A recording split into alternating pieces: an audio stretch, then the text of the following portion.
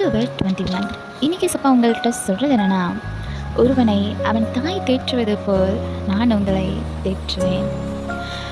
நம்மளை சுற்றி 1000 உறவுகள் இருந்தாலும் நம்ம மனசு என்னவோ அதிகமாக தாயோட அன்புக்கு தான் ஏங்கும். பிகாஸ் என்னதான் அவங்க நம்மளை திட்டினாலும் அடித்தாலும் சண்டை போட்டாலும் at the end of the day நம்மளை அன்பை பார்த்துக்கிறது நம்ம அம்மா மட்டும்தான். தாயோட அன்பு எனக்குமே ஸ்பெஷல் தான்ல. ஒரு அம்மாவுக்கு முன்னாடி அவங்க குழந்தை அழுதுட்டு இருந்தா அலட்டும்னு பார்த்துட்டு இருக்க மாட்டாங்க. என்னதான் கோபம் இருந்தாலும் அதெல்லாம் தூக்கி போட்டுட்டு அந்த குழந்தைய கட்டி அணைச்சி கண்ணீரை தொடச்சி அம்மா நான் இருக்கேன்னு ஆறுதல் சொல்லுவாங்க. அந்த ஆறுதலுக்கு முன்னாடி எல்லா கவலைகளும் பறந்து போயிடும். அதே போல தாங்க ஏசப்பாவோட அன்பும். அவருடைய பிள்ளைகள் ஒரு கஷ்டத்தில் இருக்கும்போது அவர் அதை பார்த்துட்டு சும்மா இருக்க மாட்டார்.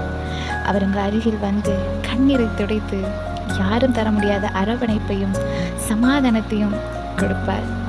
மேபி இன்னைக்கு நீங்கள் யார்கிட்டையும் சொல்ல முடியாத பல வழிகளை சுமந்துட்டு இருக்கலாம்.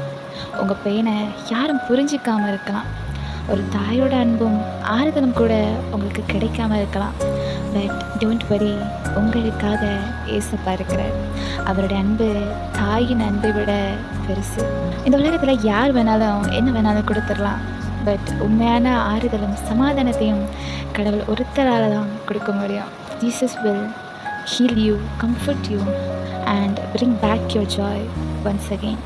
Have a blessed day.